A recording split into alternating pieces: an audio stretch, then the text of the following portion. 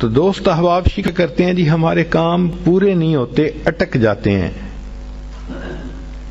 اور پھر وہ کسی کے پاس جاتے ہیں، عملیات والوں کے پاس، تو ان کا تو چونکہ کاروبار ہے، انہوں نے پیسے کمانے ہوتے ہیں، تو وہ سمپل جواب دیتے ہیں جی کسی نے لگتا ہے تمہارا رزق باندھ دیا ہے، کسی نے تمہارا رشتہ باندھ دیا ہے، اور ہم اس کو بلیو کر لیتے ہیں۔ بھئی اللہ کسی کو دینا چاہے تو کون اس کو باندھ سکتا ہے؟ کیوں کسی کو چھوٹا خدا بناتے ہو؟ کوئی کسی کا رزق نہیں باندھ سکتا، کوئی کسی کا رشتہ نہیں باندھ سکتا، ہمارا ایک ہی خدا ہے، اس کے کام کو کوئی روک ہی نہیں سکتا۔ خواہ مخواہ اپنا عقیدہ بھی خراب اور اپنا عمل بھی خراب۔ سیدھی بات ہے کہ نبی علیہ الصلوۃ والسلام نے جو باتیں سکھائیں ان کو کریں، خود بخود عملیات سے جان چھوٹ جائے گی۔ چنانچہ عورتیں اکثر پوچھتی ہیں جی کہ میرا رشتہ اچھا ہو جائے، بیٹے کو جاب مل جائے، بہو کا ویزا رکا ہوا ہے، فلاں کام اٹکا ہوا ہے۔ تو بھئی اٹکے ہوئے کاموں کے لیے عمل نبی علیہ السلام کے مبارک زبان سے ابو داؤد شریف کی روایت ہے۔ نبی علیہ السلام نے فرمایا جو مومن صبح و شام 7 مرتبہ اس دعا کو پڑھے گا، اللہ تعالیٰ اس کے ہر ادھورے کام کو پورا فرما دے گا۔ اور وہ کیا ہے؟ حسبی اللہ لا الہ الا ہو علیہ توکلت وہو رب العرش العظیم۔ بعض لوگوں کو رزق کی تنگی کے بڑے شکوے ہوتے ہیں، اور ان کے دل پہ فاقے کا خوف رہتا ہے، ڈر رہتا ہے، اور فاقے سے بچنے کے لیے وہ سارا دن کاروبار کے پیچھے بھاگتے دوڑتے بھی رہتے ہیں۔ سنیے، ابو نعیم کی روایت ہے، ابن ابی شیبہ نے بھی اس کو لکھا کہ نبی علیہ الصلوۃ والسلام نے ارشاد فرمایا جو شخص اس دعا کو پڑھے گا اللہ اس سے 70 مصیبتیں دور کریں گے، جن میں سب سے چھوٹی مصیبت اس کا فاقہ ہوگا۔ جو شخص اس دعا کو پڑھے اللہ تعالیٰ اس سے 70 مصیبتوں کو دور فرمائیں گے، اور سب سے چھوٹی مصیبت فاقہ ہوگی، اور وہ فقرہ ہے لا حول ولا قوة الا باللہ لا ملجأ ولا منجأ من اللہ الا الیک۔ کئی مرتبہ انسان غمزدہ ہوتا ہے اور سوچتا ہے میں تو اکیلا ہوں، میرا ساتھ دینے والا کوئی نہیں، ماں باپ فوت ہو گئے، کہاں جاؤں، کس کو دل کا غم سناؤں، میرا غم کیسے دور ہو؟ نبی علیہ الصلوۃ والسلام نے فرمایا، کنز المال کی روایت ہے کہ قرآن مجید کی ایک آیت کو 3 مرتبہ یقین کے ساتھ پڑھ لیں، اللہ تعالیٰ غمزدہ دل کو تسلی فرما دیتے ہیں۔ لا الہ الا انت سبحانک انی کنت من الظالمین۔ کتنی مختصر سی آیت ہے اور اکثر بچیوں کو یاد بھی ہوتی ہے۔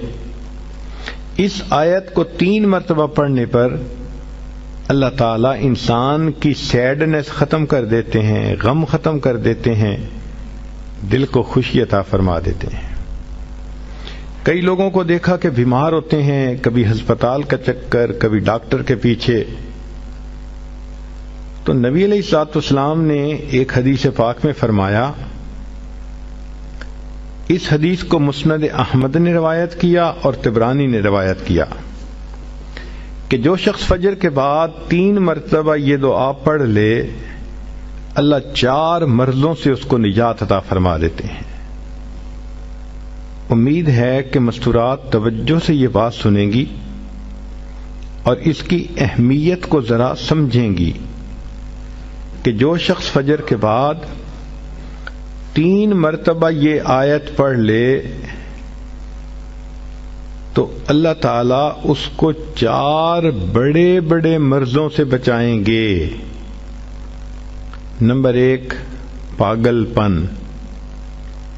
اگر کوئی آدمی مینٹلی ان بیلنسڈ ہو، ریٹارڈڈ ہو،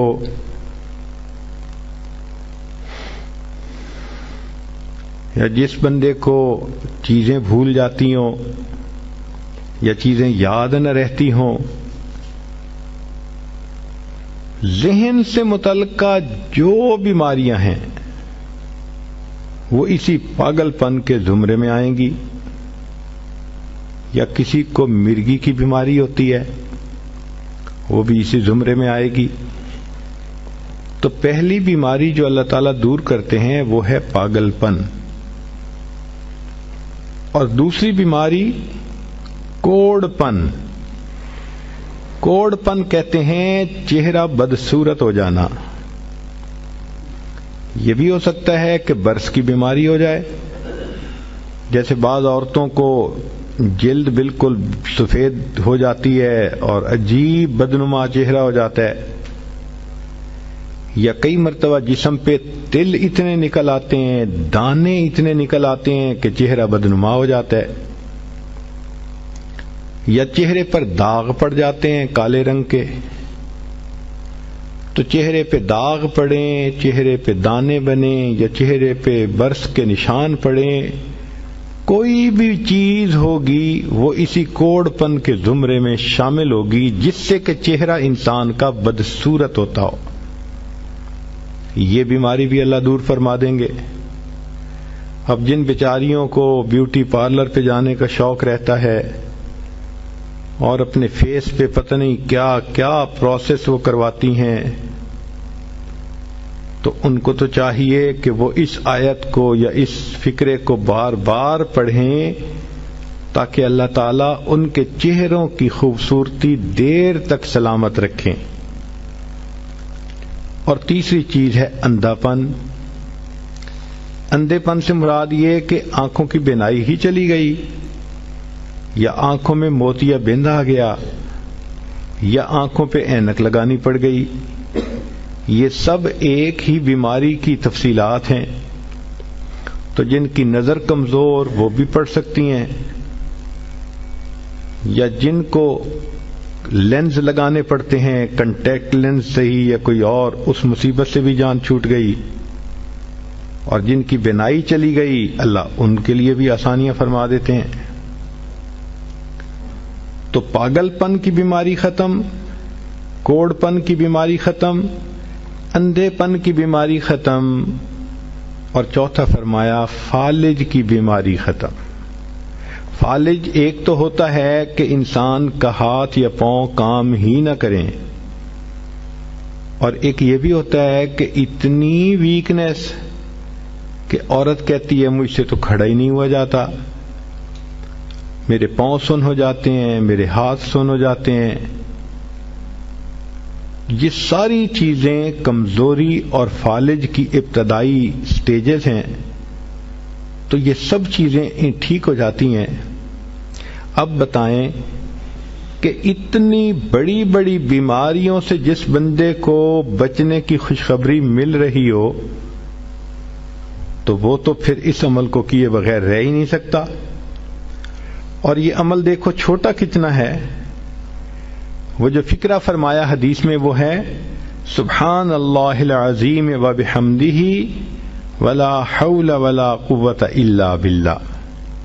اتنا سا فکرہ پڑھنے پر اللہ چہرہ بھی پر نور بنا دیتے ہیں، میموری بھی تیز کر دیتے ہیں، اللہ تعالیٰ بینائی بھی تیز کر دیتے ہیں، اور اللہ تعالیٰ جسم میں طاقت بھی بھر دیتے ہیں. یہاں تک تو نیکیاں کمانا، گناہوں کو بخشوانا، فرشتوں کی دعائیں لینا، غمزدہ دل کو تسلی ملنا، اور بیماریوں سے محفوظ ہونا، اس طرح کے عمل بتائے تھے. اب ایک عمل سن لیجئے کہ دجال سے محفوظ ہونا. دجال ایک تو بڑا ہوگا نا، جس کو دجال اکبر کہتے ہیں. جو آئے گا اور بندے اس کے پیچھے لگ کر اپنا ایمان خراب کر لیں گے. جو امام مہدی کے آنے پر اور عیسیٰ علیہ السلام کے آنے پر ظاہر ہوگا، ان کے آنے سے پہلے ظاہر ہوگا، اور عیسیٰ علیہ السلام اس کو لد کے مقام پر قتل کر دیں گے. اس فتنے سے نبی علیہ السلام بچنے کی دعائیں فرماتے تھے، صحابہ بھی بہت ڈرتے تھے اس فتنے سے. تو انسان کا دل چاہتا ہے کہ دجال سے محفوظ ہوں. حدیث پاک میں ہے جو شخص جمعہ کے دن سورہ کہف پڑھے تو جمعہ سے جمعہ تک اس کے گناہ معاف، اور اگر وہ روزانہ پہلی 10 اور آخری 10 آیتیں پڑھ لے اللہ اس کو دجال سے محفوظ فرمائیں گے. تو اس عمل کو کرنے سے ایک تو دجال سے محفوظ ہو گئے، اور دوسری بات اور بھی سن لیجئے کہ دجال دجل سے بنا. دجل کا مطلب ہوتا ہے فریب دینا، دھوکہ دینا. اور بچیوں عورتوں کو انسان کی شکل میں بھی کئی دفعہ دجال مل جاتے ہیں. وہ ان کی عزتیں لوٹتے ہیں، بہانے بنا بنا کے دھوکے دیتے ہیں، ان کو بیٹرے کرتے ہیں. تو اس عمل کے کرنے سے عورت بچی ایسے دجالوں سے بھی محفوظ رہے گی. لا الہ الا اللہ